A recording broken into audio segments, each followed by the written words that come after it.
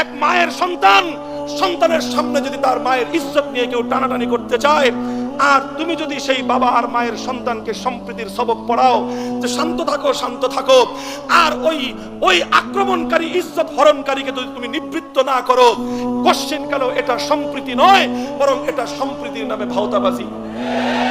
আমার নবীর ইজ্জতের উপর, আমার পয়গম্বরের খতমে নবুয়তের মসনদের উপর যারা আঘাত করে, আমরা ওদেরকে বরদাস্ত করতে পারি না।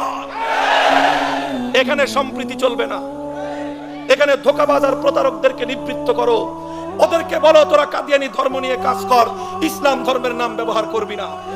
প্রতারক চক্রকে নিবৃত্ত করো, চোর এসেছে ঘর থেকে চুরি করে নিয়ে যাবে, আপনি খালি ওয়াজ করেন গৃহস্থদেরকে, ভাই শান্ত থাকেন শান্ত থাকেন।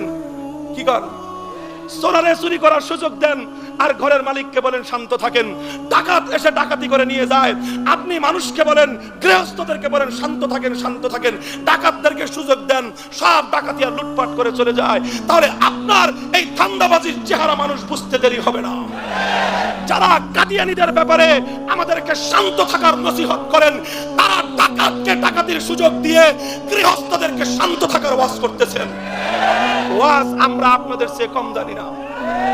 পরিষ্কার আমি আপনাদের কাছ থেকে জানতে চাই, যদি বাংলার যে কোনো প্রান্তে কাদিয়ানীরা নবীর উম্মতকে ধোঁকা দেওয়ার জন্য, ঈমান নিয়ে চিনিমিনি খেলবার জন্য আবার এভাবে ইস্তেমার নামে আখড়া বসাবার চেষ্টা করে, তাহলে পঞ্চগড়ে আমার এক ভাইয়ের শাহাদাতের রক্তের মাধ্যমে যেভাবে তাদের ইস্তেমাকে বানচাল করা হয়েছিল, এভাবে তাদের আখড়াকে উৎখাত করবার জন্য যদি হাজার শহীদের প্রয়োজন হয়, যদি লাখো নবীর উম্মতের শাহাদাতের রক্ত দেওয়ার প্রয়োজন হয়, সেই রক্ত দিতে আল্লামা আহমদ শফী যদি ডাক দেন, কারা কারা প্রস্তুত থাকবেন?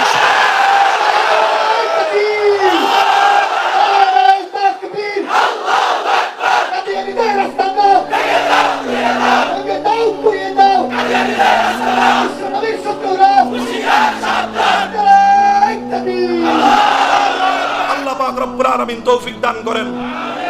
কথা যেটা বললাম ভালো করে এটা ইনশাআল্লাহ মনে রাখবেন।